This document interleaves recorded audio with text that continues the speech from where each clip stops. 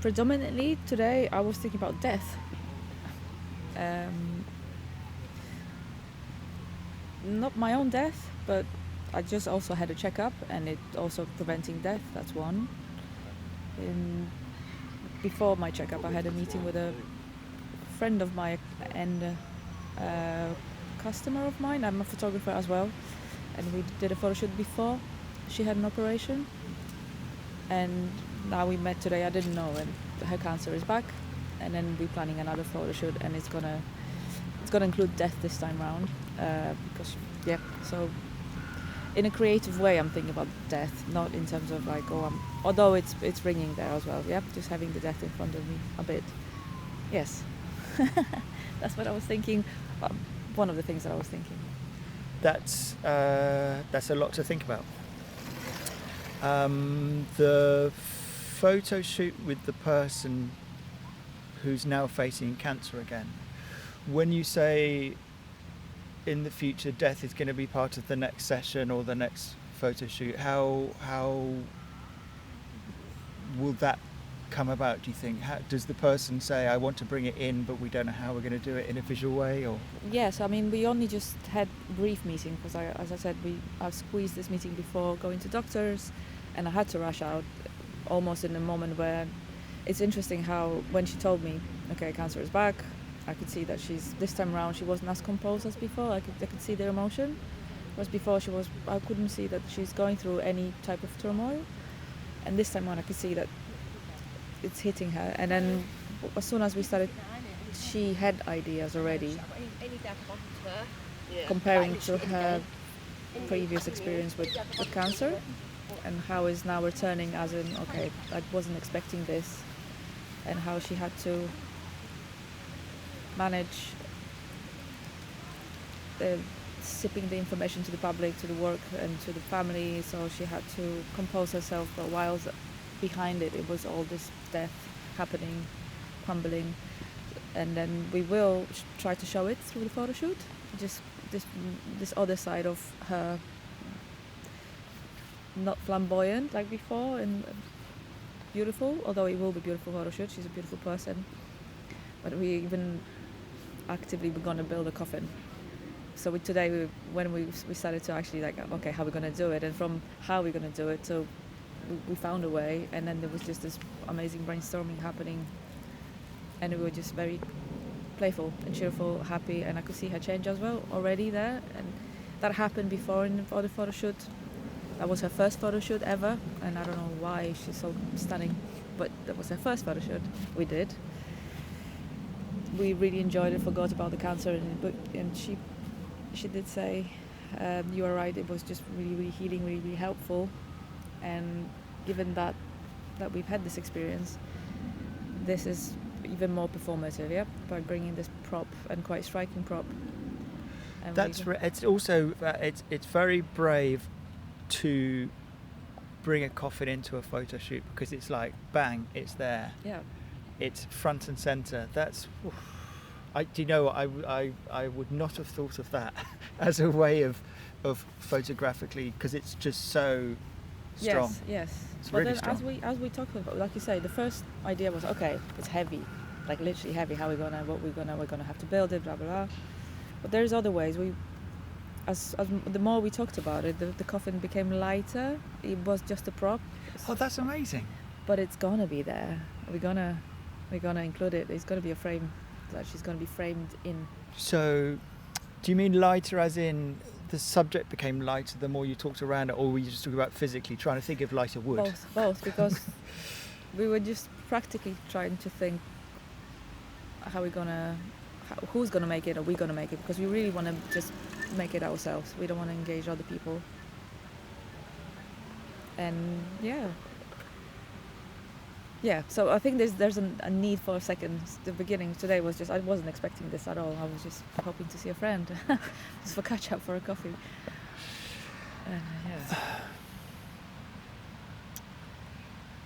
So it's not now. I'm talking about it like haha, but it's not haha. It's a serious. It's a serious thing. I'm wondering whether being engaged, thinking creatively, being busy planning something like this is part of coping with, dealing with such an enormous subject, because it's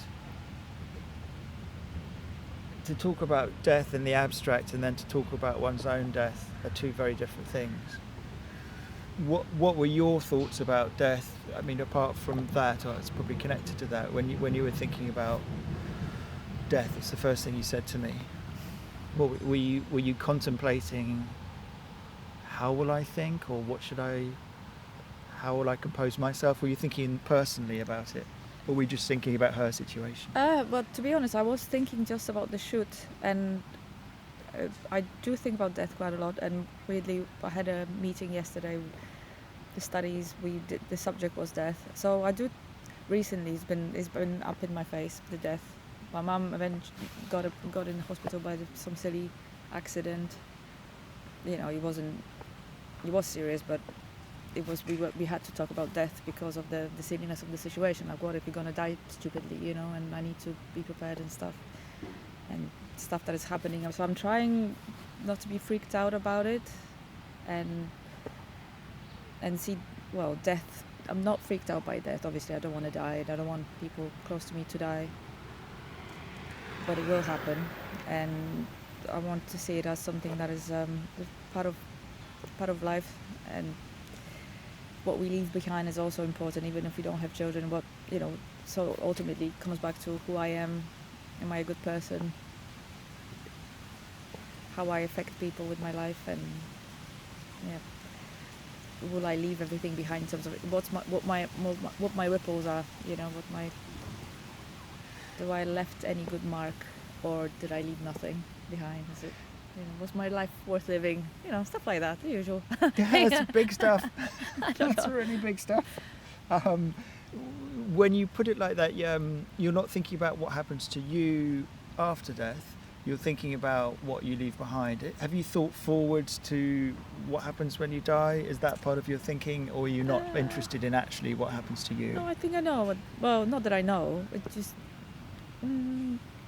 well, your body stays. That doesn't matter really what happens to the body. But I had an experience of fainting a lot when I was younger and later in life. So I had this experience many times of losing the consciousness, I suppose, the thing coming out. My soul, my consciousness leaving my body. Sometimes it was nothing there, and sometimes there was a lot. When you say there was a lot, there were a lot of thoughts, or? No, it was just, I was out there, and I hope, so maybe just one of the last time when I really fainted hard, I just really did not want to go back here, and it was just wow. feeling of massive expansion, and when I did come back, it just didn't feel like it just felt like a really small, tiny, contract thing to be living at, and whereas where we were up there, obviously there's no body, but there was just amazing feeling, to be honest. So I'm hoping that that's how it is when we die. That's not amazing. The other trips that I've had. But that's amazing. The experience that you've had, an out-of-body experience when you fainted, and going to another place or feeling other feelings, that's kind of unique. Just feeling complete and feeling just flying basically up there in the cosmos. Can't describe it fully, but it was just a really great feeling.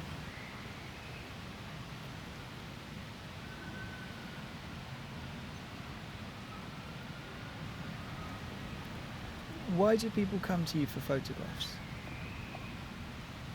I'm just asking. I've never thought of going to a photographer and getting a set of photographs. It's just... You'd be surprised. It's not that many people. I've got this. It's not that many because I don't make it my full-time thing. Right. And why they come to me particularly is probably because of that. And I don't have a niche. If someone wants a picture, I will try to, if I say I can do it, I'll do it. I'm just a one person with a camera. And what do you know what they do with the photos afterwards? Do they just put it in a book and put it in their bookshelf? It depends. So each person has a different, mainly when the old dating came up, there was a lot of people who wanted the picture for the dating app. That was not horrible. Oh my goodness. And it's not my favourite one. That's taking a lot of effort instead of just taking a selfie. It does, because they want my camera to show something that imitates phone picture. I was like, okay. Oh right. Yeah, So yeah. you felt like this is not for me. No, I could still do it, but it's contradicts the, because it's not real. Like if you want to show real photos from when you sit by yourself, you just snap it. But then I would snap it. But if someone wants a nice photos, I can imagine that they need a good photographer. I can imagine they want someone who can see, because there is that difference. Photographer will take good photos of you. They will at least see something that maybe general public won't see. The good angle, so it doesn't really matter the technical side. You say it's not your only thing that you do. What else do you do in your life? What else do? I do art. What kind of art? With one word would be probably abstract art. I do old techniques. Old techniques. Old techniques, yes. What does that mean? I mean screen printing. Okay, that's using like chemicals and stretched things on a frame. So screen printing is a process. It's similar actually to photography. Well, it's all going to be similar. So there's two techniques that I use mainly, and I do some painting. So painting is quite self-explanatory.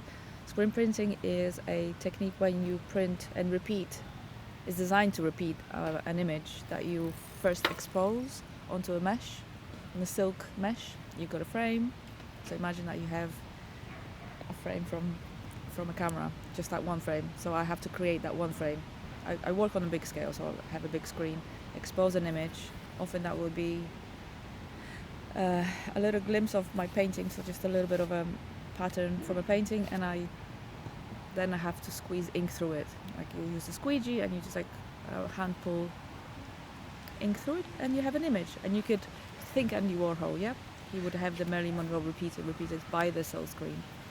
When you're doing screen printing, when you're editing photos, what's your how is your emotional state and your concentration? Does everything else go away and you are 100% just locked in and you can't even hear anything else? Well, that would be perfect, but yeah, that's the hardest part, I think. Yeah, editing.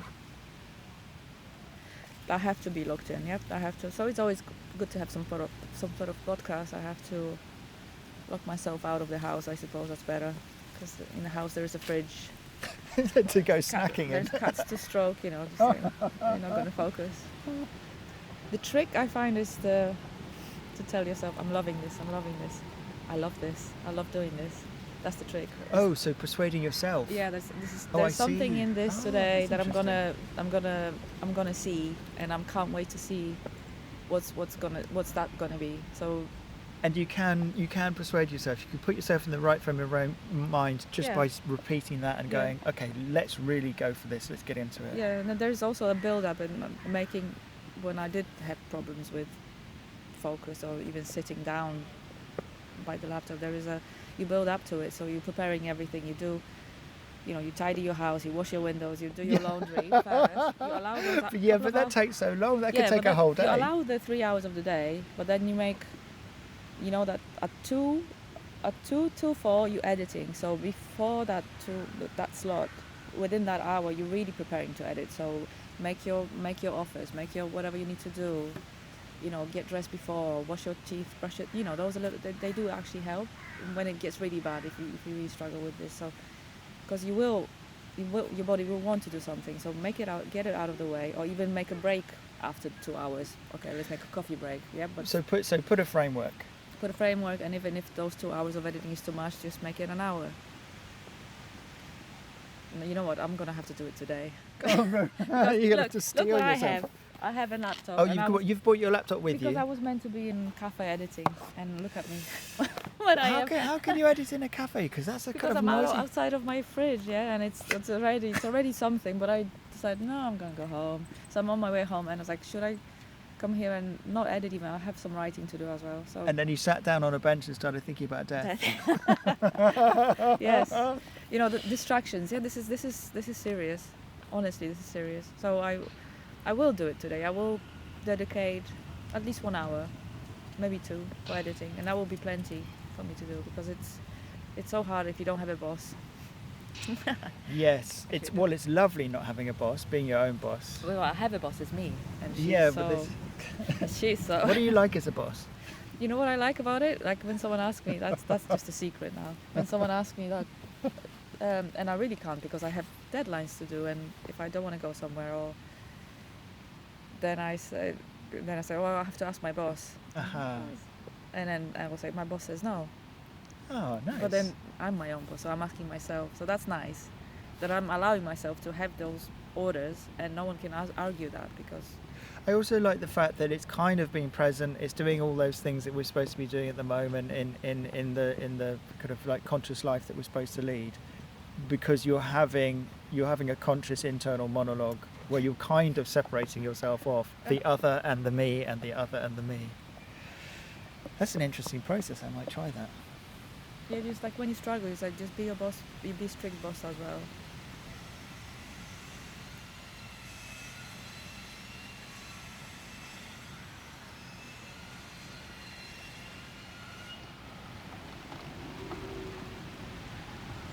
I had to like disengage social media this week as well because I've noticed I'm hijacked. That's a good word. Actually, I haven't heard that word. That's a great word for it. Hijacked. Social media does hijack us, and we just lose ourselves. Scroll, Yeah. and you can't remember anything you saw the next day. So I would scroll while watching a film. It's like that's my chill time, and instead of watching the film, being even tuned into this tempo of the film, scrolling was better because it was just tick, tick, tick, tick, tick, tick. I was like, this is wrong, and I would just sit until my phone dies. That's dedicated scrolling. And then on the weekends I work, so my life is upside down. Yeah. Okay. I know it's on the topic. So I work on the weekends hard. The weekends are really hard work. So Mondays are my days where I'm just physically, mentally, spiritually, maybe not hijacked, but like really, really tired, and I am now switching my phone off. And then when I did that, I was able to do a piece of writing that I was postponing for, and only by switching my phone off I did that. Because I was not even scrolling, I didn't have to reply to messages, I didn't have to check my emails, I didn't have to, I'm not for anybody, I'm not around, I'm switched off. And I love that. What a feeling of freedom to do that. Well, we have that, we should be having that every day, I think. We all have the ability to switch off our phones, but we hardly ever do. So I've tasted that freedom, and I'm gonna probably switch it more often. Great, tastes good. What was the writing? What was the piece of writing you were doing, and why did you keep putting it off? I was putting it off because I didn't know how to approach it. It wasn't there in my head yet because I had to I did have to write about death. Oh. Yep. Is it a creative thing, or yes, is it? It's a creative thing. My impression on death. Yeah, I have to present it. Wow. To the board. So I know it sounds not bored, but I'm gonna. Yeah. In what context? Like just down the pub, in the cafe for fun, or is this like? No. It's a community of people that we do studies on things like that, and then we present a paper. Oh, that sounds fascinating. That's great. So it's not. Something to do. Yeah. For the brain. For the spirit. So what you all come up with? It's almost like a book club, but not a book club. You come up with a theme, and you go, let's all go away and create something around this theme. How does it work? There is a curriculum, if that makes sense. Right. Yeah. And then we follow some. We don't make it up. Oh, why not? I don't make it up. No, when you say we don't make it up. It's already prescribed. Right, so the curriculum is prescribed, yes. But you make up your response. Sorry, I was... Yes, my impression is my own take on the thing. So if you're coming with this piece of written work, what are the other people, your friends, what are they coming with? A similar thing? Or is someone going to come with Their art and someone's going to... Yeah, it's open, so they can come with... Yeah, the last time the guy just came out and it was very, very poetic. Yeah. Very abstract, poetic. Yeah, there's completely different approaches. So that's what's nice to see. What fun. I want to be part of this group. I'd love to have this kind of idea of a creative meeting with people and coming up with something that for other people to appreciate. I'm also assuming that when you do it, there's a very supportive audience. Like, I mean, people are not going to go, they- that's rubbish. No, I think that was. because I don't- there's no marks. It's not a point of, no one is marking you on it. Whatever, how you respond to it, it's okay, it's correct. It doesn't matter as long as you write it. I think the part of it is to complete the task and do it, and that's your impression. That's it. There's no measure that you're standing against. So are you going to read it out to them? Are you going to give it to them? Unfortunately, I hate it. Believe me. It's You- not, ugh. Well, Well, that's part of the process, I suppose. You have What, to face the fears of reading? and do it anyway. Yeah. But you Well, don't. But you I feel don't, uncomfortable. that's why I do art, so I don't have to write stuff like this or speak it out. Oh, there you go. And then I had to just go and engage myself in some, Deep introspection. yeah. But that's okay because it makes you think. And makes you do things that you're not good at. You think that you're not good at, and then you do it, and it's like, okay, I did it, and then you're proud of yourself all of a sudden. That's great. That was nice It's- because it gets you to that place of confidence and just going, I don't need to avoid. You can. I did avoid it actually. I did, but there was a deadline. So I can't do it this time. I need the time off because when I was approaching it from this angle, it's like no. It's like maybe I can do art about it. It's like no, I can't. It's just like I have to do art. I don't have time for this. So it's through film it came, thankfully. It's through switching off my phone. What else is on the curriculum? Give us a couple of other ideas of things that you explore in this group, this creative group. Oh, drinking wine after. And then we go to the bar. Although yesterday, so I need to stop that because it's such a good drinking company that it just goes in. It's strange how When you say you have to stop, it's too easy to drink too much. Yes, with them, yes, because it's such a good meet after. Yep. That's okay. It's okay to drink too much with people you like. Yeah, I suppose. So what else have you explored? So this one's about death. What was the previous one, and what did you do for it? I don't know. What did I do for it? It was always a piece of writing. Oh, so it's always writing. It was, and that's why I wanted to do maybe art this time, because I did struggle to write it, I did struggle to read it out, and I struggled after with confidence, I suppose. But it was okay. But I'm still trying to find out what else is in the curriculum. What other subjects do you explore? The first one was birth, actually. Oh, blimey! We God, did- this is big stuff. Yeah. Not like birth. It was just like it's a spiritual stuff. So yeah, How many people are in the group? it varies. Yesterday was very small. It's not a pressure. People are just coming when they can. Yeah. And are they all artistic? Are they all walks of life? Is it all ages, all stages? It's mostly academic actually. So that's why one of the things I also struggle is very academic, very intellectual. They probably A lot like of you reading. because you come from an artistic angle, so it's a different angle. Maybe they appreciate the variety. Yeah, there is a variety. Yes, for sure. How did you get involved? Friend told me. So it's a Yeah. kind of informal Yeah. sort of friend network thing. Yeah. I got invited basically. That sounds really interesting. Do you like being part of it? Yes, it's not easy. I do, and it's Why is it not easy? it's not easy because I don't know. I've got You my drink own life. wine. Huh? You drink wine and you do creative things No, together. but it's That's just fun. great. Yes and no. I would say yes and no. Yep, yes and no. I do struggle with maybe finishing things up, or I even with my life. Yeah, I always get excited about the first things, and it's okay. It's a good bunch. It's a good bunch of people, and yeah, I do have I would like to know more, but I don't. I think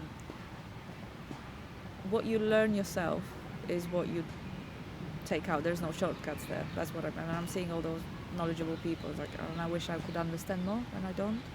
But that's why I sometimes maybe I should just go. I should just not being, Sometimes I don't know what they talk about, but that's okay. With my distraction attention span, it's just hard. That's what I'm saying. Right. So You know, at school I also would just like fly away with my attention. That's why it's not easy. So right. So fit. Yeah. So Fitting in. having the concentration and being able to sort of engage with everything that's going on in this group is actually a struggle. It's not just like a pleasure. Yeah, sometimes when it's a lot of people and then there's talks and I was like, what the hell are they talking? And then it's kind of unpleasant because I'm not engaging. It seems like I'm. So you sort of drift off into your own thoughts and Drift. kind of lose. Well, it's not on purpose. I drift off. I'm trying Yeah. to be there. It's like fuck. I was already drifted off a couple of times. I lost the topic. I lost the plot. I lost, so that's not easy for me to handle. And sometimes it's okay when it's less people, when conversation is a bit more contained. I can focus more. You've got your bike with you. You've stopped on the bench, but you've got the rest of the day ahead. What's going to happen for the rest of today? Do you know? I don't know. It's a big mystery. Sounds like it. You became definitely a mystery now. It's interesting. You make me talk about my life. Today's Wednesday, right? Today's Wednesday. Today's somewhat my rest day, still, but gentle work, and then studio tomorrow. So that but it's gonna pick up tomorrow and Friday. But today is a kind of gentle. This is a nice little middle for me. Wednesday. I like Wednesdays. Maybe I type things that I wanted to and edit. Yeah, that's the plan. If I edit something that I'm achieved, and the rest. So there's things to look forward to. There's things that you like. I'm looking forward to actually completing this thing or editing this thing. There's a number of things you. This is good. Sitting on the bench with the sun on my face is good. This is good. That's good. Working, yeah. And it's something, like you said, something we have to do. Something I have to do, and that will make me feel better eventually, because I have to tick the box. Maybe you could just stay sitting on this bench for a while. Well, it's been a while now. I can feel it. I can feel it's been a while. Are you good with the winter? Like Yes. when the sun goes Yeah. and everything, you are good. Yes. Although we push it, but we're losing the warmth, so it's not nice. But I am good with winter. Yeah, I like it. Weirdly. So you don't fear it. So No. you're not afraid of the dark and the cold, No. I actually like it. and you're not afraid of death because after your fainting, you know that there's some cool stuff out there. I was pushing it now, but obviously I am afraid. But I hear that it's not as bad. I hear. It's actually quite fun. Apparently, in the time of death, the body releases DMT, and you have a trip of your life. That's what I heard again from some Instagram reel. There you go. So it's a trip. You don't actually feel anything. It's the people behind you that feel sadness.